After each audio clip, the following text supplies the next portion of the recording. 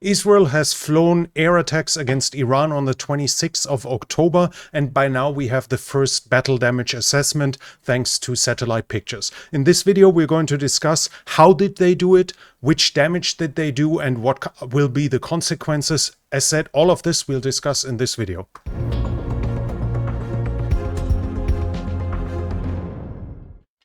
Shortly before midnight on the 25th of October in Israel, dozens of fighter jets have started inside the country. Then at 2:15 local time in Tehran, the first explosions were audible, and in total over 100 planes were used, according to the reports, including tanker planes and at least one reconnaissance plane that was reported. This video behind me, the video you're currently seeing, is showing a video that was published by the Israeli Air Force showing planes that have taken part in this mission, and it can show us some details. First, you can see the huge extra fuel tanks. By the way, 4.5 kill markings here on the plane with Syrian roundels. So this plane has shot down 4.5 enemy planes. F-16 and F-15s are visible only with air-to-air ammunition. That's the interesting part. So they didn't want to disclose what munitions they were using on the ground. We see a short-range missile here, one, and there's probably a second one behind it. This should be some sensor pod, and behind it is another long-range probably an MRAM that is being used here. So the planes were only showing air-to-air munition. This was then the Combat Air Patrol to give fighter cover for the attackers. In the first wave of the attacks, the Israelis struck radar stations in Syria. Some claims are that they also hit some in Iraq. The clear goal with this was to reduce the observation capabilities of the Iranians, to give them less forewarning of what was happening, and at the same time apparently it was meant to allow tankers of the Israelis to operate over Syria and Iraq. We have to understand tankers in this context are basically planes that are derived from civilian passenger planes. So huge lumbering planes that are subsonic, and they were apparently used over Syria and over Iraq to refuel Israel's fighter jets. This shows the self-confidence and the overall dominance the Israelis were able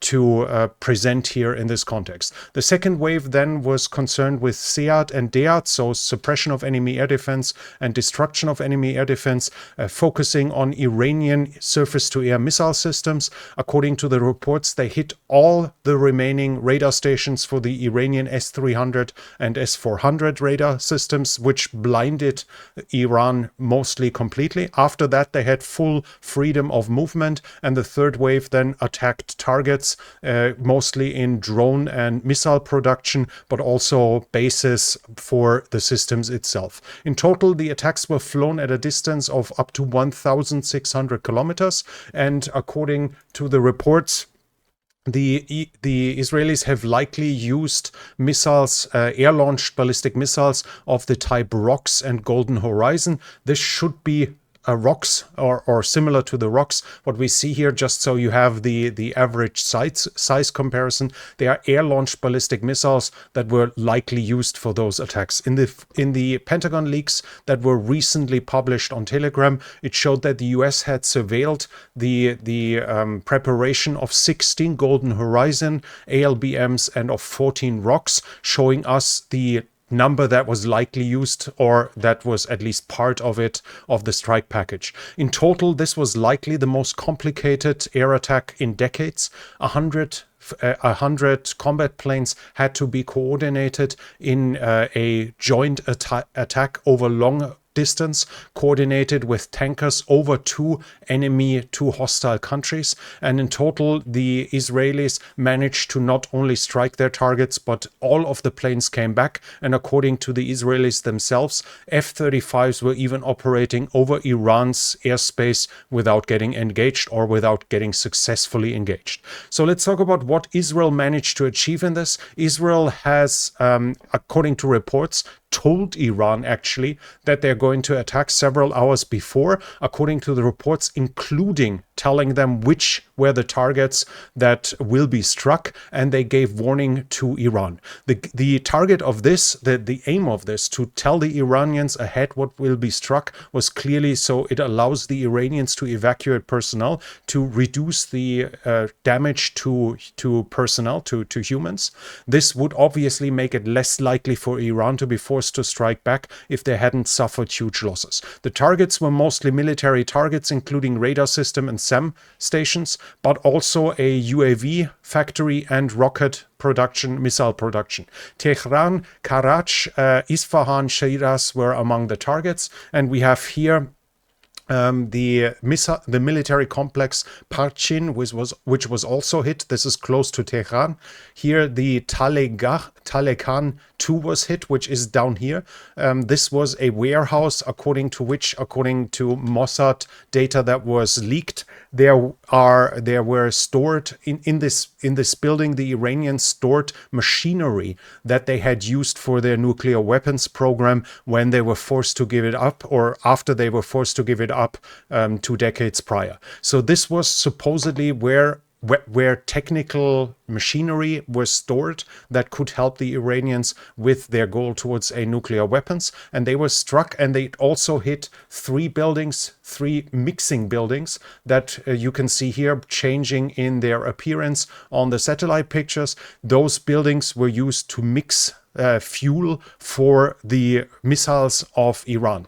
In Khojar, they also struck 2 of those stations to mix fuel for solid fuel missiles, and they also hit the town in the facility in Sharut, which is also involved in the booster production. As you can see here, the blue building mostly disappeared, and in prior pictures it was visible that a lot of boosters were stored around it. So this was involved in the production of missiles itself. According to the reports, the so-called planet mixers, mixing facilities, are meant to create the solid fuel for missiles that the Iranians use, and the machines itself are limited in availability. The demand for it isn't very high as well, and they are under export controls, so to replace them will not be easy, and at least the claims are that Iran is not capable of producing them itself, so they will have to try to buy it abroad.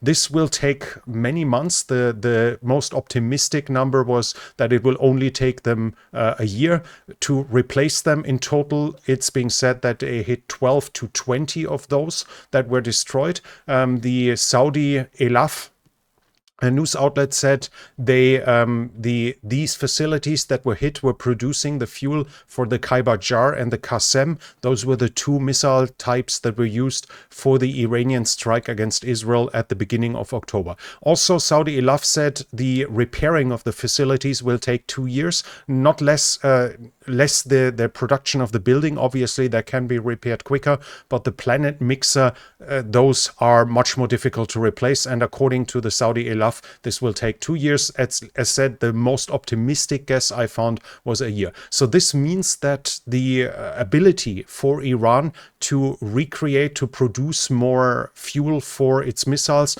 will be severely limited, if not mostly stopped at all. And even just a few months ago, in July, it was reported that Iran was extending its production for missiles, which now they might produce missiles, but they can't fuel them because the fuel production has been destroyed. Israel found a weak link in the production chain and took it out. So what will be the results? Israel took out Iran's capability to produce the fuel for its missiles. To which extent, whether that was 100% or not, is obviously not known at this point, but it will at the very least mean that the amount of missiles Iran can get ready will be significantly reduced, and at the same time, by striking the air defense, they took out the capabilities of Iran to defend against future attacks. This means that while Iran can barely probably produce an additional missiles by now, while they barely can produce any, they still have a lot of them, obviously, which they could use to strike Israel in a retaliatory strike. But if they do, they will have barely any means to prevent an additional strike by the Israelis after they have lost their most modern radar systems, after a lot of their air defense was taken out. So in any future confrontation, the Israelis will have it much, much easier than they had it so far. But at the same time, not all is glory at the point here. For instance, here the Jerusalem Post is speculating whether Israel made a big mistake not using the opportunity to take out the nuclear program, as obviously they had the upper hand now after the first self-restricted retaliation after Iran's first attack was clearly not enough to deter Iran from striking again. They could have argued, not only are we facing with an existential threat, we've just been proven that restraint from our side is not sufficient, so we need to take out Iran once and for all by now, or their nuclear weapons program. This is at least the argument right now, whether Israel has passed on a massive chance to take out the nuclear program, but this will obviously have to be seen in the future. In total, it is likely, and this is my estimate, that this was some kind of deal with the United States. Any escalation in the Middle East right now, especially a closing of the Strait of Hormuz because of attacks against the nuclear weapons program or against Iran's oil industry, would have led to a gas prices spike in the US as well, which would have clearly influenced the coming election. So here Israel must have shown restraint to not influence the US election. Whether this was the last strike, though, is completely unclear. Israel said they have enough for now, but we will see how it continues. So to summarize, Israel has shown Iran that it cannot defend against the strikes that Israel is waging against it. It can't even diminish its effect to any serious amount. Its air defense is mostly useless against Israeli attacks, and the destroyed air defense also means that now the ability for Iran to protect its high-value targets is diminished. For instance, it's said that the Abadan oil refinery has no air defense anymore, or its air defense is significantly reduced. Badr Iman Khomeini, the oil complex, is as well as the harbor next to it are no longer protected, as well as the Tange Bijar gas field as well. So high value targets could be struck basically tomorrow, and Iran could not defend against it. Its missile production is either stopped as of now, or at least it's slowed down significantly. And this will not just mean that Iran is no longer capable to continue strikes like the ones they've already done against Israel, because as soon as their stockpile runs out, they will have trouble refilling it. But it also will mean that Iran can give less aid to Russia in form of ballistic missiles, as they simply can't produce them anymore, or at least the volume they can produce is significantly reduced. As of now, I have not found any data about the UAV factory, to which degree it was involved in the Shahid drones, so maybe this might reduce the aid that's going to Russia as well, but we'll see about that in the future. But that was it from me for now. If you like this short summary, then give it a thumbs up. It helps with the algorithm. If you're new here, I would like to invite you to subscribe to the channel and hit the bell icon, and leave a comment. What do you think? Should Israel have taken out the nuclear program? Should they have taken the chance, or was it wise to show restraint in this context? This channel is only possible because of the support of viewers like you. If you like to support the channel, you can do so by the means in the description. But that's it from me for now. Thank you for watching, and I'll be back.